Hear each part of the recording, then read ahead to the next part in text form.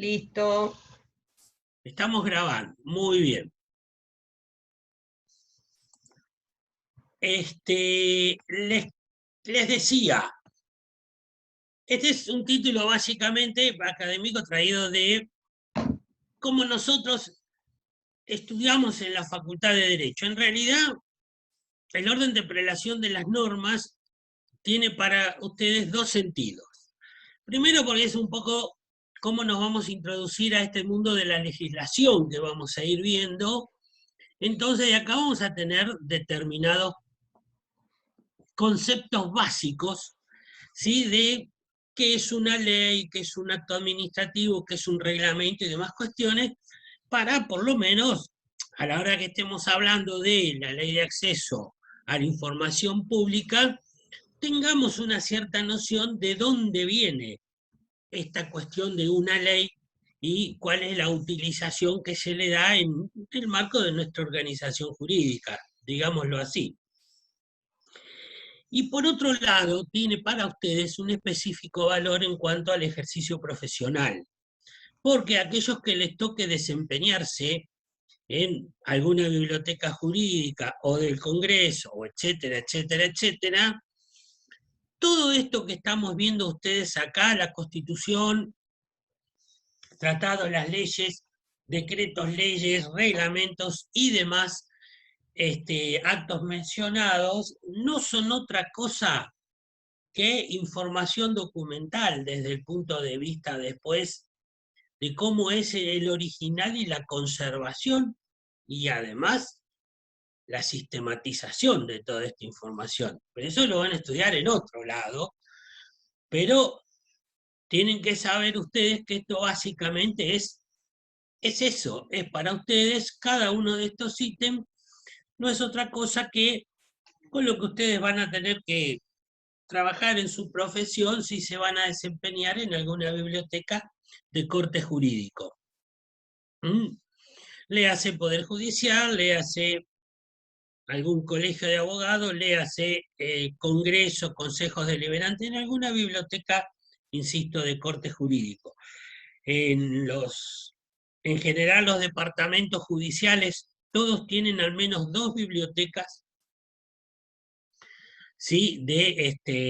Una exclusiva de la Cámara y otra de acceso al resto de los miembros del órgano jurisdiccional. Básicamente así. Después cada colegio departamental y lo primero que hacen es organizar la biblioteca como recurso de información para los colegiados o para los jueces en el ejercicio de sus profesiones, si es que lo de juez es una profesión.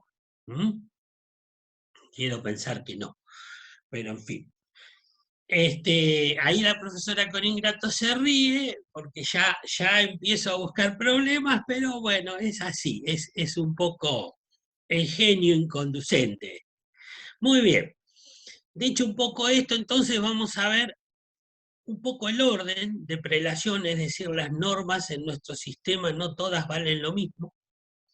O sea, hay un orden de prelación, hay un orden de jerarquía que tienen las normas en nuestro sistema. Y, y vamos a ver un poco en qué consiste cada una.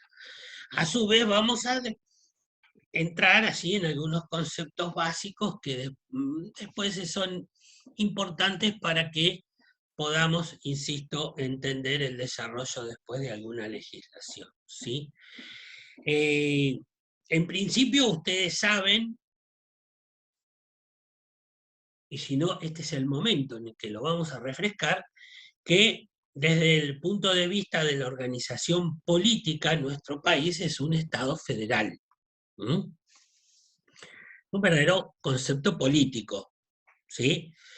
Esto significa que hay un Estado, llamémosle marco, y dentro de él muchos estados pequeños, que en realidad, si uno mira la cronología de la historia, parece ser que los estados pequeños se han juntado, han creado un estado central al cual le han delegado competencias. Y lo que no está delegado al Estado federal lo conservaron las provincias para sí. ¿Mm? Entonces, en este marco, nosotros vamos a ver el orden de prelación de las normas en el orden federal, en el orden nacional. Pero sepan después que este mismo orden de prelación lo pueden encontrar también en los estados provinciales. Es decir, una provincia también tiene una constitución que no es nacional ni incorpora tratados internacionales, eso es exclusivo del Estado federal. También sanciona leyes los estados provinciales, también decretos leyes no, ese es patrimonio del Estado federal. También sancionan reglamentos, también sancionan actos administrativos, también tienen una jurisprudencia específica provincial. Esto responde a cómo se organiza, insisto, políticamente nuestro Estado, desde el punto de vista del Estado federal. Si alguno tiene una consulta, desde ya abre el micrófono y realiza la consulta,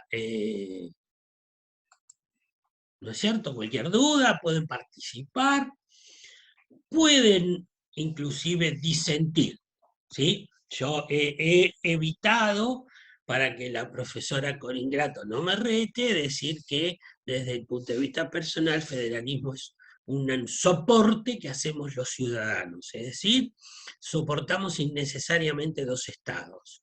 Entonces acá podrían saltar y decir, pero este hombre, ¿qué le pasa? ¿No defiende los estados provinciales? No, no los defiendo, no. Creo que no, que la verdad se podría estar mejor con regiones sin tantos estados que nos piden cosas. Pero bueno, aquí estamos, ¿sí? Hasta aquí vamos, se ríe la profesora. Nos piden cosas, pagamos impuestos, tenemos montones de empleados públicos, una Miren, burocracia. sí, eso es lo que a mí más... Sí, no, es cierto. Ustedes piensen que para habilitar una empresa, vamos a suponer una fábrica de dulce, pago un uso de suelo local por la comercialización, ¿sí? En el ámbito local. Entonces ya después, si quiero vender en la ciudad de Necochea, tengo que pagar un uso de suelo provincial, ¿sí? Por la comercialización en el ámbito de la provincia de Buenos Aires. Pero si después mi producción la quiero vender en Córdoba, pago un uso de suelo nacional por la comercialización nacional. Desde mi humilde opinión, creo que atenta hasta contra nuestros propios fines de desarrollo. Sí, creo que en por decir Italia algo. el año pasado o el anteaño hicieron una movida así de simplificación administrativa y unificaron municipios y esa cuestión. Y hicieron pasa porque... que aún en el ámbito interno de la provincia de Buenos Aires, por ejemplo, ustedes piensen, para pedir yo, si rentas me embargó mi propiedad por algún impuesto que no tengo pago, tengo que recurrir a La Plata. Por ejemplo, imagínense cuando uno requiere, porque tiene una propiedad y tiene que recurrir al Estado provincial, supongamos, de Córdoba. El problema que significa hacerlo desde acá. Ya pedirlo en La Plata desde acá es un problema, imagínense pedirlo en algún, que uno tenga una propiedad en Córdoba. Sí, yo creo que realmente hay 24 códigos de procedimiento administrativo, 24 códigos de procedimiento penal, 24 códigos de procedimiento civil, 24 de lo que se le ocurra ahí. Entonces, me parece que realmente no colabora contra una organización ágil, digamos. sin entrar en otras consideraciones de corte político que podrían ser mucho peor. ¿Sí? Vamos a obviar. Bueno, avancemos. Avancemos. La norma que tenemos entonces en el vértice, en la cúspide de la jerarquía, es, como ustedes saben, la Constitución Nacional. Y una particularidad en el caso de la República Argentina es que incorpora los tratados de derechos humanos a los cuales le da el mismo rango que la Constitución. ¿Sí? Creo que después hay una ficha al final donde está, ahora viene después una ficha donde yo les mencioné los tratados incorporados a la Constitución al momento de la sanción de la misma. ¿Sí? La Constitución, insisto, tiene nuestra forma de organización federal, republicana, ¿sí? Y la división en los tres poderes, o digamos, para decirlo en forma más técnica, los tres órganos que ejercen el poder que tiene el Estado en la República Argentina. Está dado ahí. Todo el resto de la legislación, sin excepción, ajusta a los principios legales contenidos en la Constitución Nacional. De esta forma, miren, en la ficha que viene, aquí está, aquí tienen, que esto es a título ilustrativo, ¿sí? Todos los pactos internacionales, ¿sí? Incorporados a la Constitución. Algunos de los cuales ustedes en el ejercicio profesional toman de ellos puntos específicos para el ejercicio. Todos estos pactos tienen desde el punto de vista del valor jurídico el mismo valor que la Constitución. Y si hubiera alguna ley que se opone a los pactos, hay que revisar la ley. Y la pregunta esta es del $1.000.000 cuando alguno de estos pactos, ¿sí?, interfiere o colisiona con normas de la Constitución Nacional. En ese punto pasa lo siguiente, que el Estado se adecúa al pacto internacional. Esto se ve muy claramente con el tema de, en general, la Declaración Universal de Derechos Humanos, en fin. En términos generales, ¿qué es lo que va a suceder? Las Cortes Internacionales de Justicia están adecuadas a estos pactos internacionales que suscriben los Estados, por lo que la Constitución ahí, si no es alguna cuestión de principio de soberanía, va a ceder frente al texto legal de estos pactos, ¿sí? Sobre todo en lo que hace a derechos humanos, ¿sí? Son los más en nuestro sistema no hay gran problema, pero bueno, hay otros estados que tienen algunos conceptos de los derechos humanos un poco más laxos que el nuestro. Muy bien. Hasta aquí más o menos venimos, ¿no? Bien, sin problemas. Creo que esto no amerita demasiada dificultad en general. Luego tenemos las leyes, los decretos leyes, que tienen una parada. Después vamos a ver bien qué es la ley y vamos a ver cada uno en detalle. Los decretos leyes que tienen una particularidad que desde ya vamos a decirla.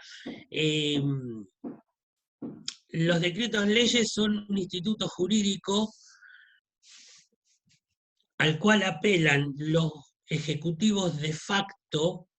Solo existe en países que han tenido gobiernos de facto como el nuestro, esto, ¿sí? ¿Por qué? Porque sucedido los golpes de Estado, se disuelve el Parlamento, entonces, como no hay órgano constitucional que crea las leyes, cuando la República funciona a pleno, la ley la crea el Parlamento o órgano legislativo. Cuando funciona en dictadura, no. Se disuelve el Parlamento, entonces quien hace las funciones de legislador es el órgano ejecutivo. Es como un retroceso a la monarquía, ¿sí?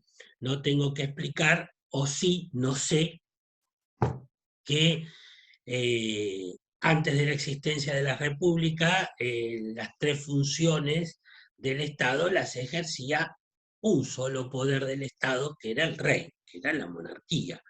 Sí, aquella famosa expresión de Luis XIV fue "el Estado soy yo", y era la conjunción de la totalidad de las funciones sumidas en un solo órgano, encima unipersonal, ¿sí? El cual además accedía por imperio de la divinidad que le daba esa potestad, ¿sí?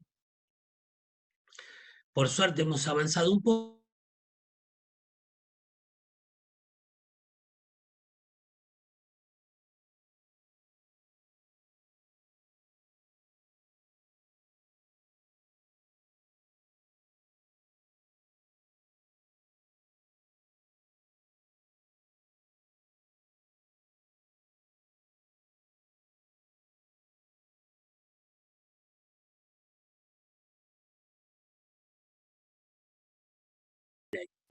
No me pidan que la repita porque no sé si me va a salir tan bien. ¿Alguno estaba hablando o era el...? A mí se me cayó la conexión, así que, Ah, bueno, no importa, pero veo que bien, sigue grabando, así que sigue grabando por lo que veo, sí. Bien, entonces continuemos, ¿sí? Después tenemos los reglamentos y ya entonces acá empezamos con legislación que empieza a emitir el órgano ejecutivo. El reglamento es una cuestión básicamente administrativa, aunque eh, los otros dos poderes también emiten este tipo de actos, reglamento. Pensemos en el reglamento de funcionamiento de las cámaras de diputados y senadores, o el reglamento de funcionamiento de la Corte Suprema de Justicia, o en fin. Los actos administrativos, ya esto sí, de patrimonio exclusivo, ¿sí? del órgano administrador u órgano ejecutivo.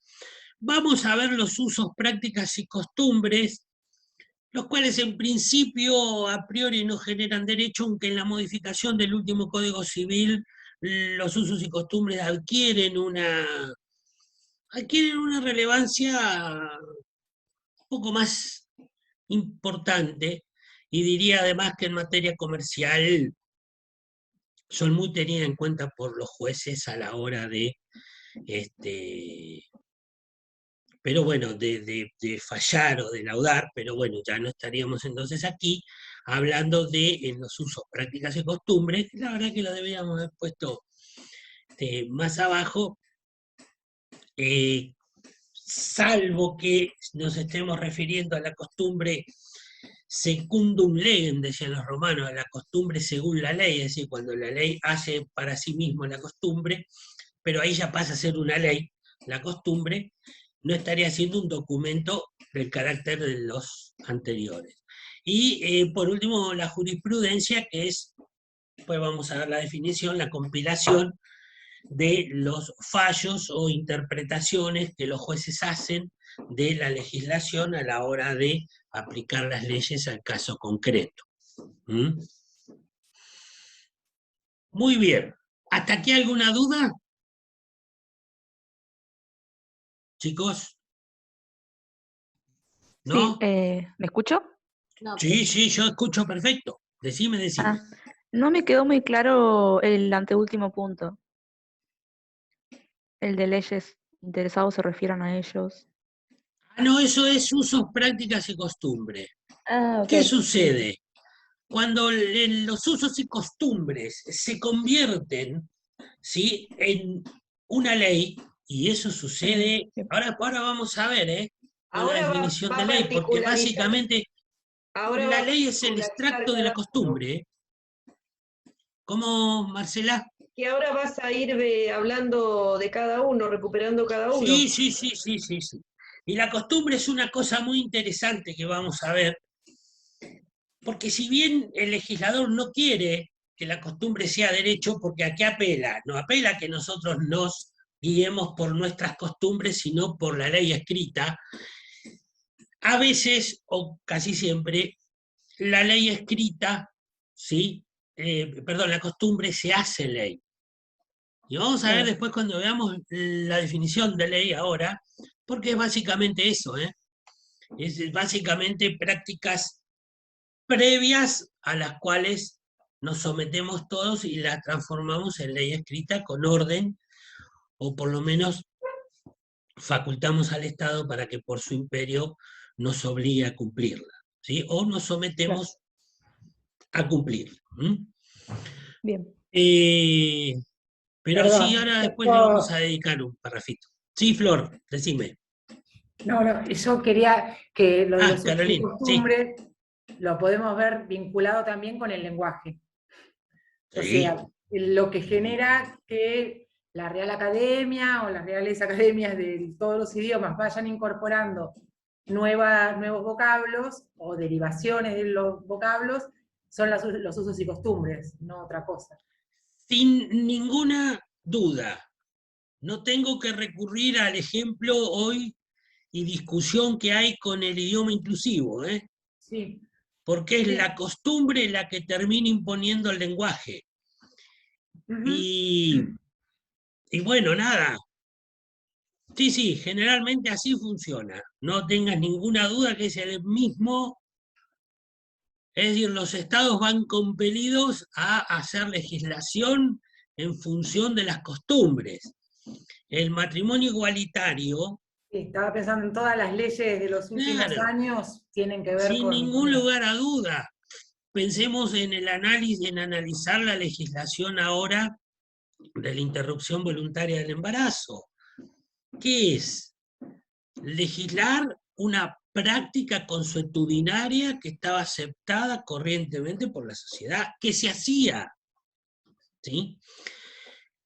Entonces, esa es costumbre, se la denomina preapter legem, es decir, costumbre, secundum legem, según el derecho. El derecho ya la hizo y salió como costumbre. Después tenemos las costumbres que son contrarias a derecho, ¿sí? Contra tabulan, decían los romanos, que es una cosa terrible, porque hay muchísima costumbre contraria a la legislación. Y en algunos casos, no directamente defendida por la Constitución, pero sí protegida. Entonces, nuestra Constitución protege culturalmente a los pueblos originarios, y hay pueblos originarios que culturalmente mandan a trabajar a sus niños, y nuestra Constitución y todo ordenamiento legal en esto es taxativo. El trabajo de los menores está prohibido en todas sus formas. Entonces hay una coalición, suele haber en la costumbre y la ley a veces, bueno, compleja de resolver. Este ejemplo que estoy poniendo es un ejemplo muy complejo de resolver, que la resuelven los jueces medido a medida, se ve mucho en la cuestión de familia, esto que estamos charlando. La costumbre es una cosa muy interesante de estudiar.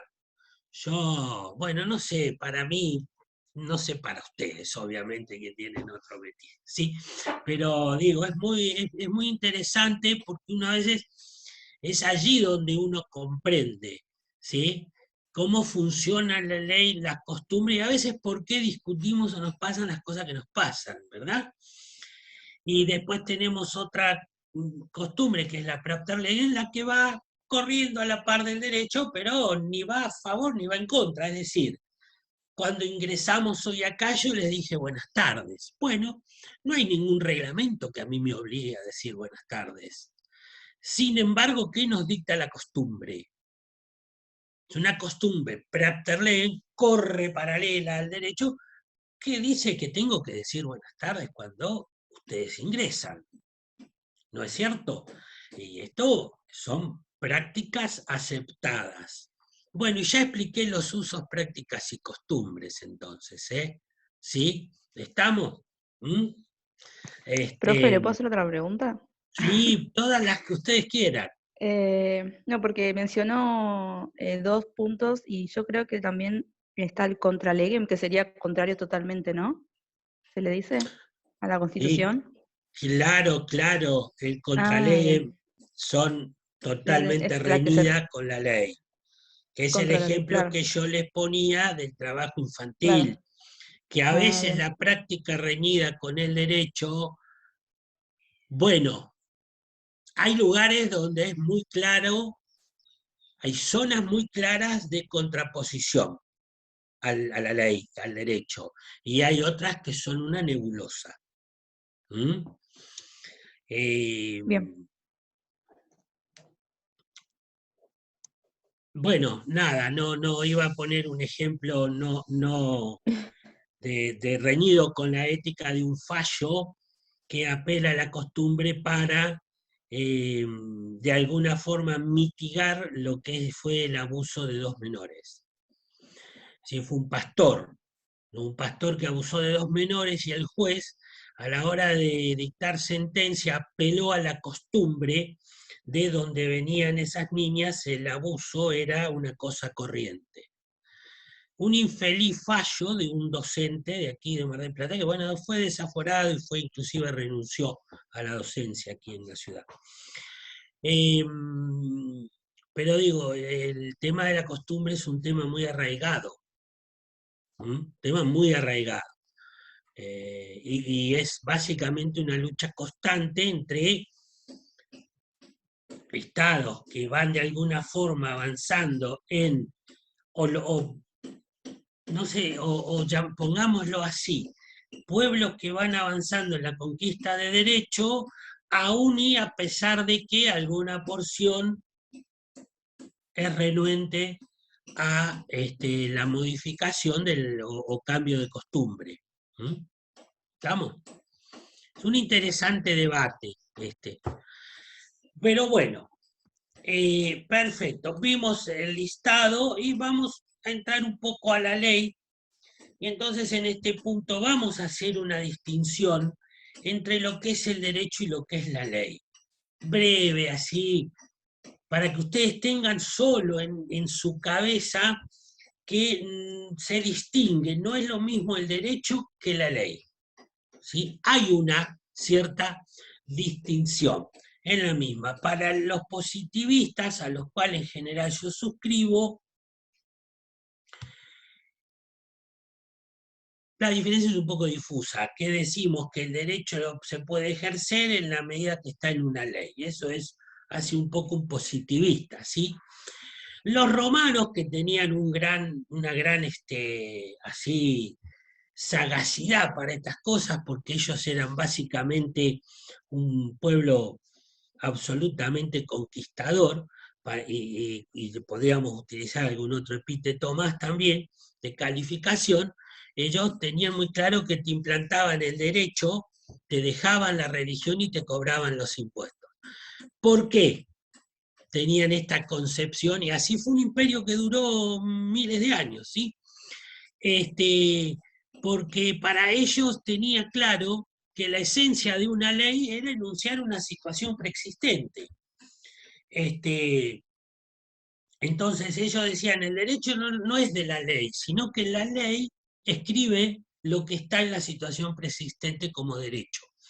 Entonces llegaban a los pueblos, conquistaban, les respetaban sus costumbres, se hacían la ley y le cobraban los impuestos, por supuesto le ponían los ejércitos, y este era el concepto que ellos manejaban entre derecho y ley.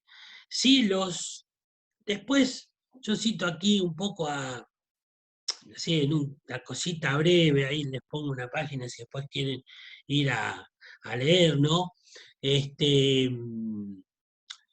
Santo Tomás era un tipo muy agudo en esto, ¿sí? Entonces él hablaba el derecho, para él el derecho natural, que era esa divinidad que tenemos los hombres por el solo hecho de haber nacido hombre, ¿sí? Tiene una comunión perfecta con la ley, decía él, ¿sí?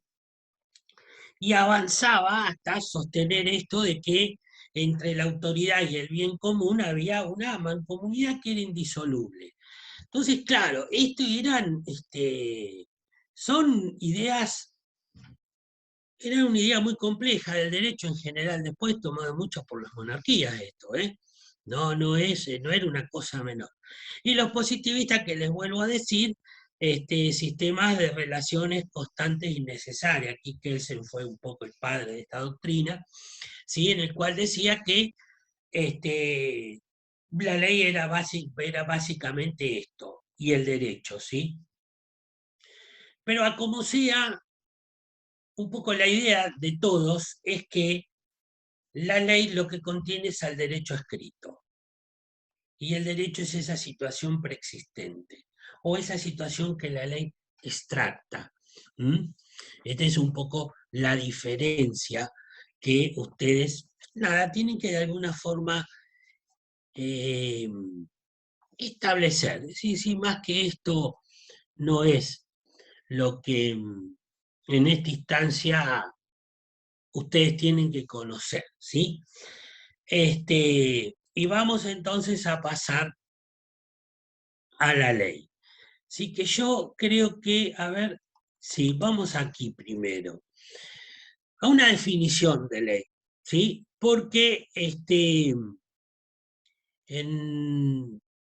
hay diferentes definiciones de leyes. Nosotros vamos a tomar la que nos incumbe al ámbito jurídico, ¿sí? Porque después está claro que no es lo mismo las leyes de la biología, de la ciencia, pueden tener alguna otra definición, ¿sí? Aunque vamos a aclarar para nosotros, desde el punto de vista, insisto, jurídico, ¿sí? Las podemos definir como aquellas normas que son generales y abstractas, porque no describen una situación en particular de un ciudadano. Para eso tenemos otro tipo de normas. ¿Sí? Son de carácter obligatorio, pero que a su vez tienen el aditamento de la definición de haber sido emitidas por el poder correspondiente. Y en esto la Constitución es muy clara, es decir, leyes solo por el Parlamento. Los otros órganos no pueden emitir leyes, no está permitida la delegación legislativa en principio, salvo en algunos supuestos que después vamos a ver, que son los reglamentos de necesidad de urgencia. Fuera de eso no está permitido. Y hablamos de un cumplimiento obligatorio, es otra de las notas que tiene la ley, porque en la medida que los ciudadanos no cumplimos con la ley, está claro que el Estado recurre, ¿sí?, a su poder de policía, recurre a la fuerza pública, ¿sí?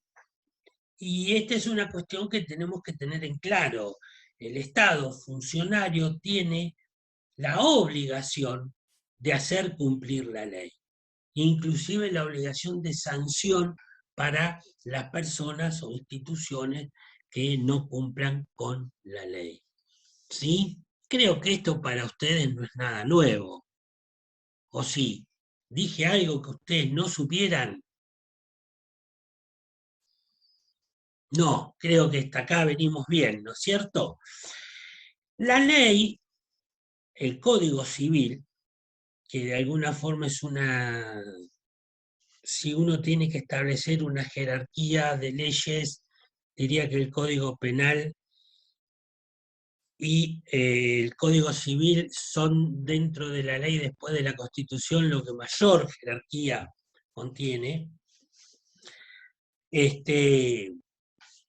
Saldría un economista y me diría, no, la ley de presupuesto vale más que Estado. Y tal vez también tendría razón. Pero nos dice de qué forma los jueces deben interpretar la ley, pero también estas formas de interpretación corren para los ciudadanos para que sepamos cuando una ley dice tal cosa, de qué forma, si tenemos dudas, se interpreta. ¿Sí? O por lo menos para que no vayamos después a decirle al juez, ay, yo no entendí lo que decía.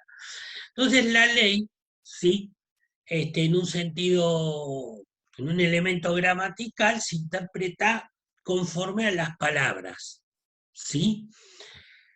Se interpreta también en conjunción con cuál es la finalidad de la ley, eso se lo denomina el elemento finalista. Por eso es muy importante en las leyes y ya van a ver si a ustedes les toca ejercer la profesión en alguna biblioteca de corte jurídico, la exposición de motivos de la ley. Porque ahí el legislador lo que expresa es la finalidad de la ley, el fundamento, el porqué. Y esa es la interpretación finalista. Se interpreta en caso de vacío también o de duda de acuerdo a las leyes análogas, ¿sí? Por supuesto, estar siempre a las disposiciones que prescriben los tratados de derechos humanos, y habla de los principios y valores jurídicos. Esto siempre es un tema controvertido, porque los principios y valores jurídicos ni son de todos iguales, y bueno, podemos arrancar por el aspecto religioso. Los principios y valores de las religiones difieren entre sí, y más con quienes no practicamos ninguna. Entonces, a veces interpretar la ley de acuerdo a los principios y valores jurídicos es un tema, ¿sí? Es un tema. Y después, el otro mandato que da es de un modo coherente con el ordenamiento jurídico. Entonces, estos son de alguna forma cómo prescribe la ley de cómo debe interpretarse el texto escrito. Y sobre todo, cómo los jueces deben interpretarlo. ¿Sí? La ley también tiene una vigencia, pero yo acá quiero que ustedes retengan la siguiente cuestión. Las leyes valen siempre, ¿sí?, hacia adelante, nunca hacia atrás. Es decir, se sanciona una ley y su valor es desde la sanción hacia adelante. ¿Cuándo se produce la sanción? Bueno, la sanción no es cuando vota el Parlamento. No. La sanción es cuando se publica en el boletín oficial. Recién ahí se da a conocer a todos nosotros los ciudadanos, ¿sí? Y tampoco es así de sencillo el tema de la publicación, sino que se publica por 3 días, y al 8º día, después de esos 3 días, recién ahí empieza a regir la ley. Si es que no tiene una fecha de empezar a regir, ¿sí? Pero lo cual suele suceder, por no ir más lejos, el Código Civil fue sancionado, fue publicado, fue dado a conocer y entró en vigencia casi un año después. Nos dio tiempo a todos los ciudadanos, sobre todo a los abogados, a estudiar de vuelta. Sobre todo ustedes. Sí, no, fue... a estudiar y encontrarle las vueltas. A encontrarle la vuelta estamos todavía en eso. Pero sí fue un impacto muy grande. En serio, fue un impacto muy grande. Ustedes piensen que yo estudié con una legislación donde el matrimonio, por supuesto, era solo bisexual, o sea, solo varón y mujer. Eso, el código era taxativo. Y, por ejemplo, no existía la violación dentro del matrimonio por el débito marital. Ustedes miren todo el agua que corrió en tan poco tiempo, porque yo soy un joven todavía. ¿Y dónde estamos? En un matrimonio ya, por suerte, se abandona esta concepción de los géneros y estas concepciones raras que solamente varón o mujer. Hay otras cosas, se definen de otra forma, y hoy en día está protegido el derecho de la mujer, donde aún los esposos debemos respetarlas. Pero bueno, cuando yo estudié, la mujer ingresaba casi incapaz al matrimonio. Por eso estaba el instituto de la ganancialidad de los bienes. ¿sí? Ya en la reforma del 68, cuando yo nací, la mujer, mi mamá ingresó al matrimonio incapaz de derechos. En el 68 hay una modificación que le otorga ya una capacidad y pero bueno, fíjense ustedes qué diferencia, ¿no es cierto?, de criterios y de concepciones, por suerte. Por suerte yo creo que es avance. Se puede parar ahí otro y decirme que no es avance, eso también está claro, ¿sí? Pero bueno, nada, esto es un poco, venía, no sé por qué, bueno, termino acá con esto, venía a cuento de que las leyes rigen siempre hacia adelante, ¿sí? Perdón, el perro me está por tirar la computadora. Ahí está, pasa, perdón. Me estaba por tirar la computadora. Entonces, bueno. Y otro principio que tiene la ley, que tenemos que nosotros tener en claro, y ustedes tienen que tener en claro, es este principio de inexcusabilidad. Es decir, la ignorancia en las leyes no sirve de excusa para el cumplimiento, excepto que la excepción esté prevista en el mismo ordenamiento, ¿sí? Pero si no, la ley el Estado la presume pasado el puntito de arriba de la ficha, conocida por todos. Y nadie puede alegar en la justicia el desconocimiento del derecho.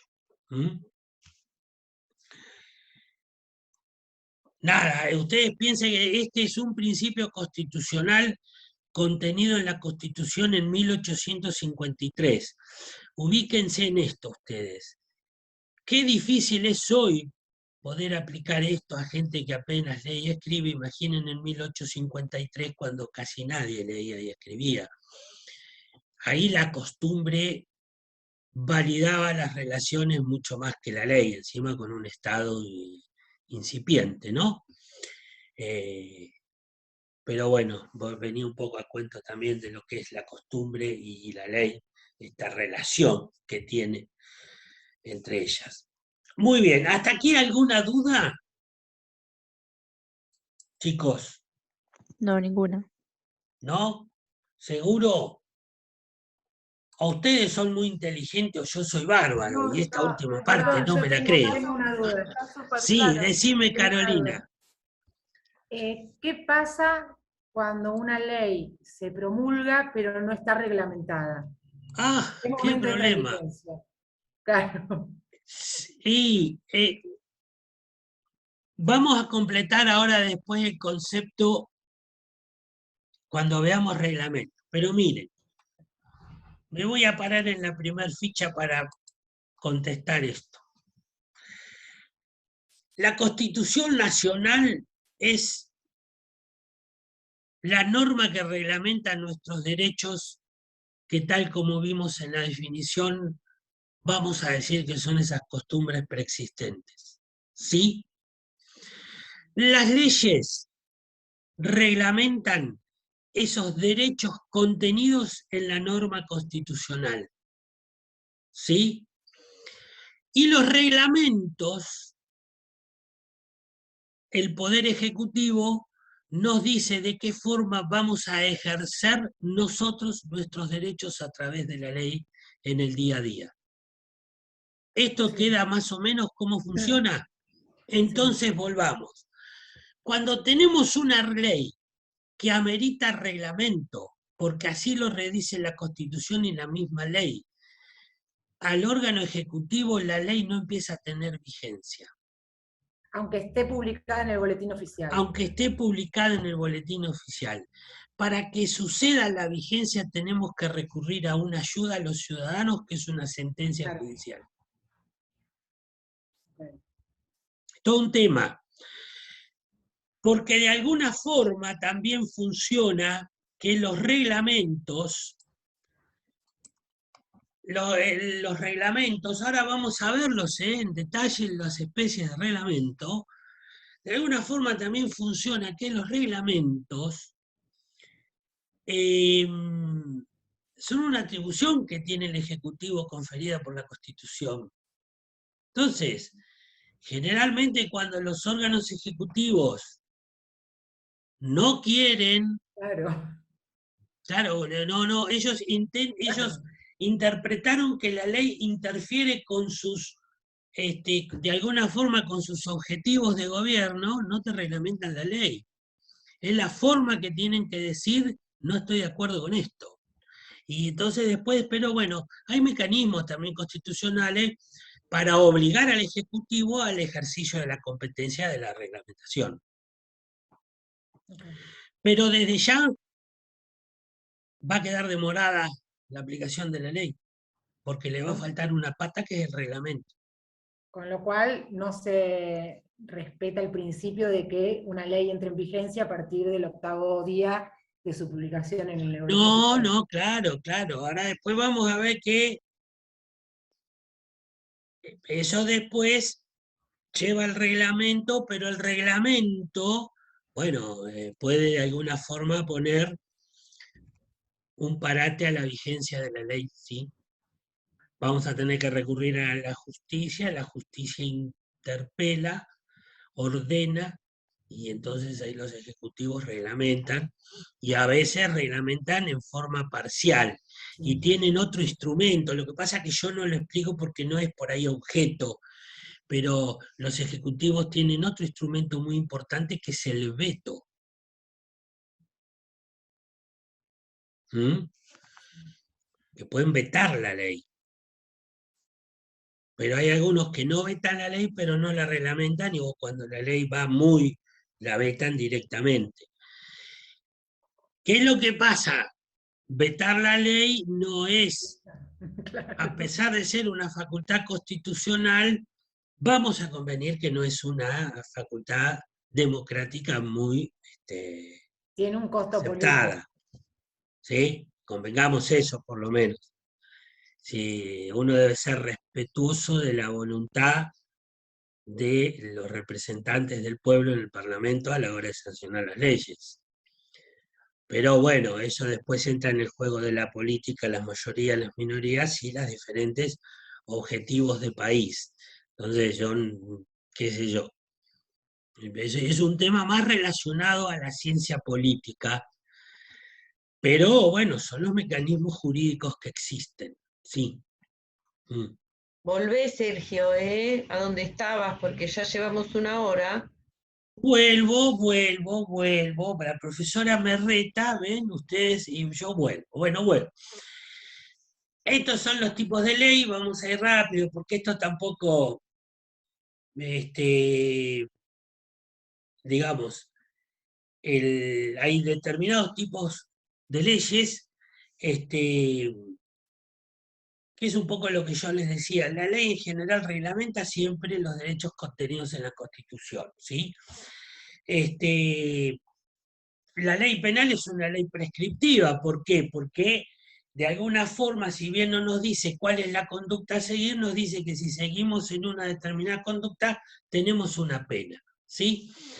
Después las leyes orgánicas son las que tipo la ley de educación superior, que son o las leyes de creación de las universidades, los reglamentos en sí mismos, son leyes orgánicas, es así, que rigen a veces para adentro del órgano que las crea o las emite. ¿Sí? Y las leyes constitucionales, que son aquellas que, bueno,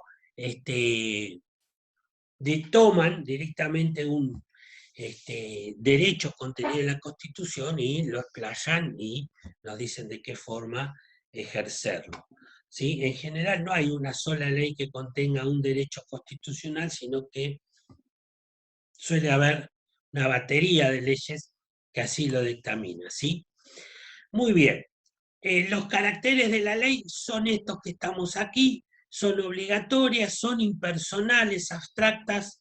Esto de impersonales y abstractas nos da la garantía de que la ley es sancionada para todos los ciudadanos en condiciones de igualdad. Esa es una característica muy importante, la ley es para todos. Aunque parezca a veces que no, la ley es para todos. ¿sí? Permanecen en el tiempo hasta que otra ley las derogue, si no la ley queda vigente a perpetuidad, ¿sí? Salvo que una ley posterior las derogue. Eso está claro, es un principio de seguir nomás con la organicidad que se da el Estado. ¿Sí? Y bueno, la generalidad que tiene esto que ver con a todos los sujetos, ¿sí? Al menos en la condición de igualdad prescripta por la norma.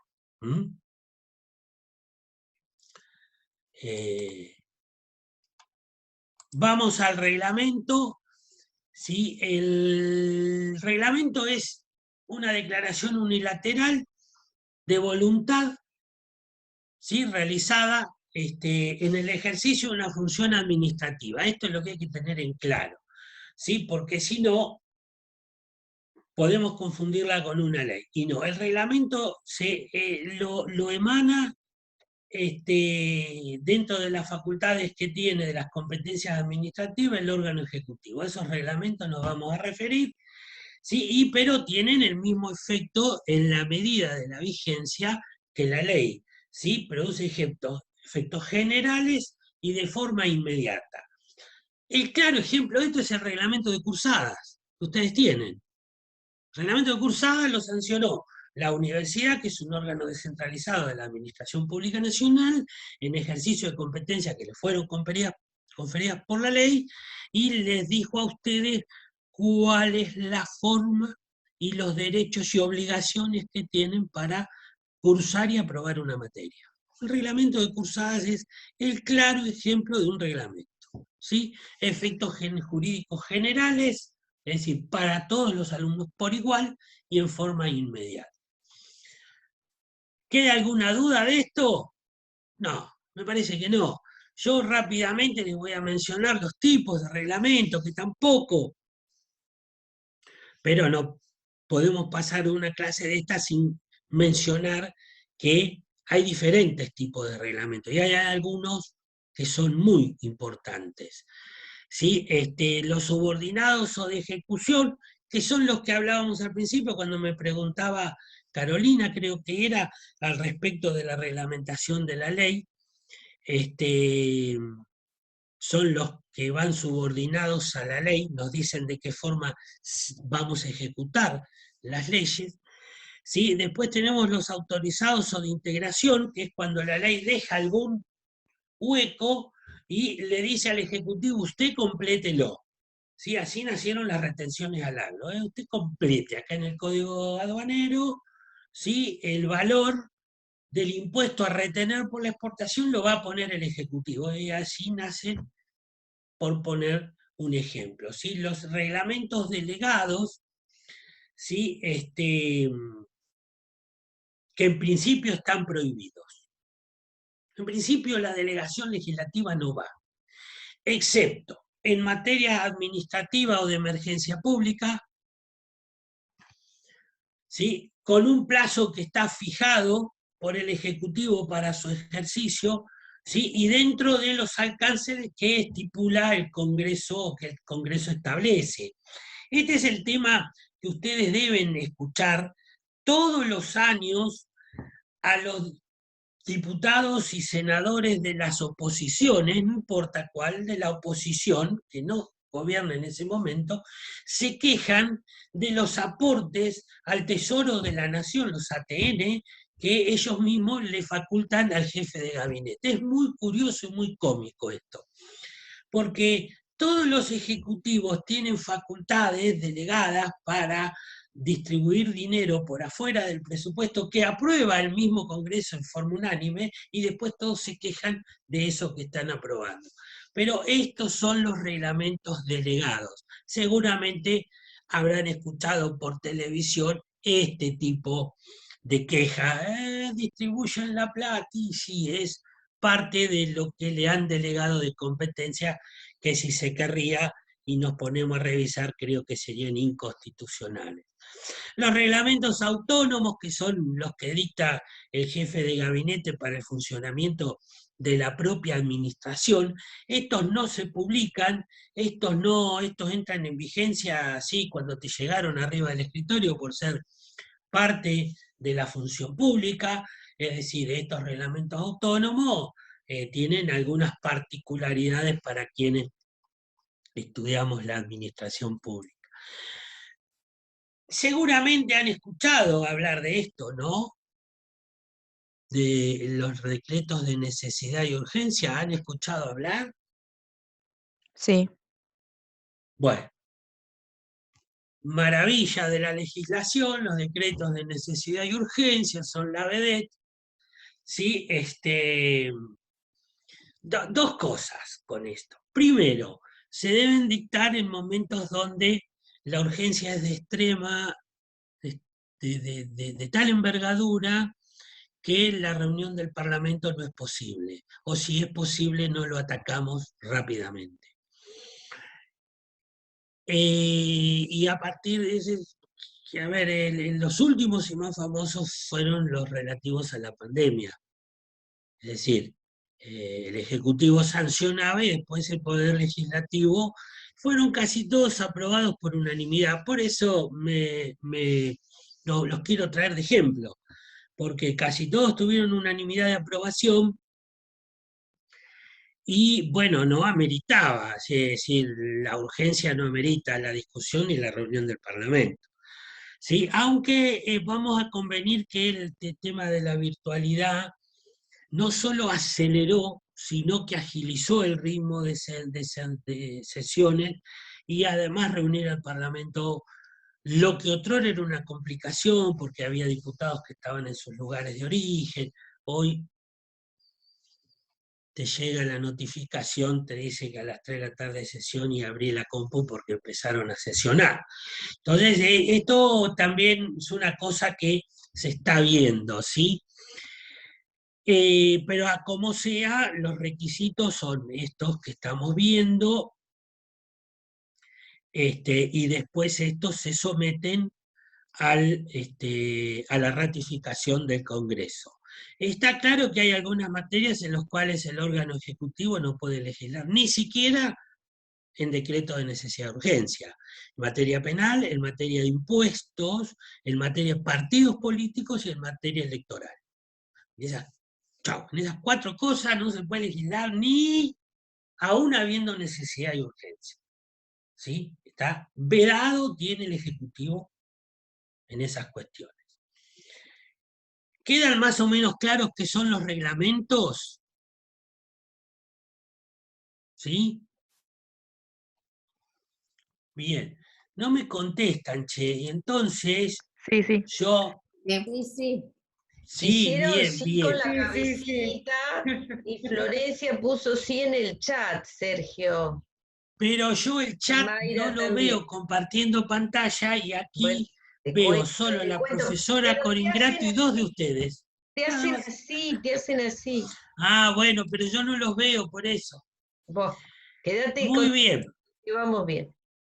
Y el acto administrativo, que si ustedes miran, tiene la misma definición que el reglamento, es también una declaración unilateral de voluntad, emanada del poder administrador siempre, o órgano ejecutivo, como les guste decir, pero aquí el acto administrativo produce efectos jurídicos individuales. Ya aquí los efectos jurídicos no son generales, erga omnes, decían los romanos, para todos. No, no, acá no. Esto es, por ejemplo, el latín hoy, Sergio, hoy estamos haciendo uso del latín, un montón. Es Estás a porque... full con el latín, querido. Sí, sí, así es, pero no, es porque el latín permite en una expresión muy poquita hacer una explicación muy larga. Es simplemente por eso. Y estamos acostumbrados, qué sé yo. No, por eso. No sé mucho más latín que lo que he mencionado en esta clase, así que no se preocupen. Bueno, pero como ustedes ven, el efecto jurídico acá es individual. El reglamento para los docentes es el reglamento de cursada, de concursos. Y el acto administrativo es lo que nos designa docentes. ¿Entienden esta relación? El acto administrativo, el efecto jurídico es solo individual. La profesora Coringrato era titular de la materia. Y lo ganó en función de un reglamento que le dijo cómo debía concursar. Y esta es la relación. El reglamento fue igual para mí, solo que para otro cargo. El de la profesora Coringrato dice profesora titular Marcela Coringrato. Y ese es el acto administrativo que produce efectos jurídicos individuales, en forma inmediata. ¿Mm? ¿Entienden esta diferencia entre acto y reglamento? Porque es lo mismo,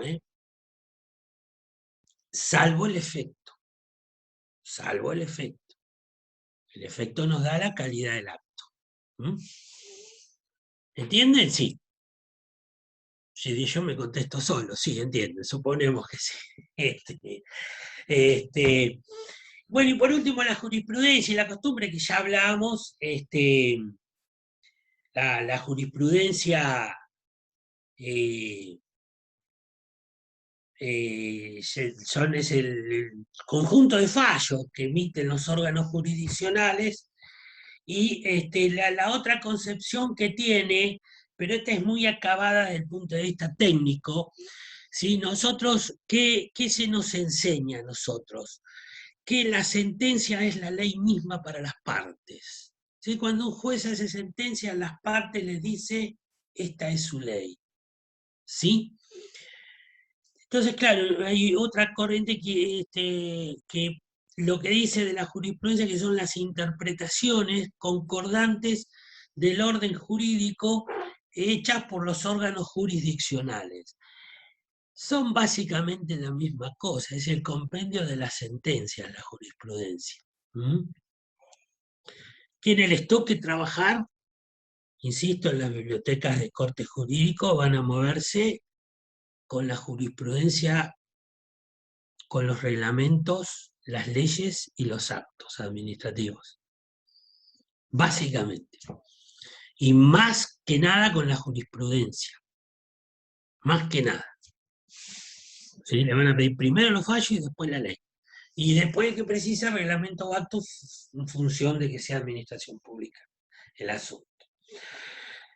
Bueno, no sé si quedó algo en el tintero. ¿Te queda una diapo, Sergio? No, Sí, hay porque una. es lo de la costumbre, que Ah. ya hablamos al principio, ¿sí? Que la costumbre, bueno, es esta práctica consuetudinaria que tiene una sociedad, ¿sí? En principio, el legislador no quiere que la costumbre sea fuente de derecho, que la costumbre no sea derecho, ¿sí? Pero bueno, es todo lo que hablamos al principio en relación a veces esas áreas oscuras entre la costumbre, nuestras prácticas sociales, nuestras prácticas en común y el derecho y la ley. Estaba pensando que vos le decís a los chicos que si trabajan en una biblioteca jurídica, estos tipos de documentos van a ser los que manejen cotidianamente. Independientemente de eso, en relación a lo que nosotros vemos en el resto de la asignatura, tener en cuenta la orden de prelación de las normas es necesario y es importante en muchos sentidos. Ahora se me ocurre a mí, por ejemplo, que el libre acceso a la información, que es el derecho que está estipulado en el artículo 19 de la Declaración Universal de Derechos Humanos, como hemos visto, tiene rango constitucional. Está al tope de la jerarquía de leyes que regulan nuestros comportamientos. De manera que si ustedes trabajando en una biblioteca, el director o la máxima jerarquía de la institución donde está inserta la biblioteca decide, por ejemplo, retirar alguna obra porque considera que el público no la tiene que leer, de esa biblioteca no tienen que poder acceder a ella, ustedes pueden argumentar una ley que está por encima de cualquier reglamento que pueda emitir esa biblioteca o esa institución, porque en la jerarquía de las normas, la Declaración Universal de Derechos Humanos es superior. Pero para eso ustedes, bueno, tienen que dominar esta cuestión, porque les va a dar argumentos y razones para defender éticamente los derechos de sus usuarios. ¿Se entendió? Sí, sí, así es. Sí, esto, más allá del conocimiento de la cuestión general, que es necesario, obviamente, para todo profesional en ciencia de la información, conocimiento general de la pirámide jurídica, cuál es, para ustedes esto, insisto, es trabajo de documento. Además, ya hemos dicho que desde el punto de vista de la bibliotecología social o crítica, las bibliotecas son un lugar donde se forma la ciudadanía, donde se crea conciencia ciudadana, y para eso uno de los principales aspectos es que cada ciudadano conozca cuáles son sus derechos y cuáles son sus obligaciones de acuerdo con la ley. Y eso es algo que nosotros tenemos que manejar y que dominar, porque lo tenemos que enseñar y enseñarle a la gente a hacerlos valer y respetar. Yo, la otra vuelta integré un tribunal de tesis de una compañera de ustedes, que hizo un trabajo muy interesante sobre la biblioteca del Colegio de Abogados. Y hay algo que es real, que es el rol de las bibliotecas hoy, que no es más como era antes, ¿eh? En esta revolución de la información tecnológica pasa a ser casi una escuela dentro del Colegio de Abogados, ¿eh? Pasan a ser, sí, bien digo, pasan a ser básicamente una escuela porque hay un ejercicio profesional nuevo de los últimos años que tiene que ver mucho con esta cuestión va de la mano de la revolución de la información y de la tecnología, ¿sí? Y bueno, el lugar neurálgico al que recurrimos los abogados es a las bibliotecas de los colegios, ¿eh? Es ahí a donde vamos a buscar la solución del problema. Sí, no, en serio, esta chica dio la verdad que dio una tesis bárbara. Y yo me quedé asombrado, porque, ¿por qué? Porque yo lo veo y no me daba cuenta. Yo no me daba cuenta hasta que ella lo explicó y lo sistematizó y lo puso en términos de cómo estaban funcionando. Y bueno, esos son los nuevos roles. Y pienso que en todas las profesiones debe pasar algo parecido, ¿no? Me imagino que sí. Estaba Sí. pensando en Estados Unidos, por ejemplo, que tiene una forma de organización jurídica diferente de la nuestra. Quizás lo han visto en películas. Ahí la jurisprudencia tiene un peso muy, muy relevante. Los jueces fallan basándose casi exclusivamente en jurisprudencia, más que en legislación. Entonces ahí, bueno, el orden de prelación de las normas es distinto porque la organización legislativa es distinta. Recordaba el caso de hace unos años, alguien que vino a dar una charla a la facultad, contaba el caso de una bibliotecaria que entregó jurisprudencia de acuerdo a un tema puntual que le consultó a un abogado, tenía que escribir una demanda de su cliente y necesitaba la última jurisprudencia, se fundó en lo que le había dado la bibliotecaria y resulta que había una jurisprudencia posterior que fallaba en el otro sentido, digamos, y por eso se le cayó toda la defensa al abogado y bueno, le inició a la bibliotecaria un juicio de mala praxis, porque justamente lo que él necesitaba era la última jurisprudencia sobre sobre esa cuestión. Así que bueno, como verán, tiene muchas facetas estas cuestiones legislativas y por eso es importante que por lo menos tengamos una noción en la carrera, ¿no? Bueno, por mí, ¿alguno tiene alguna duda, pregunta?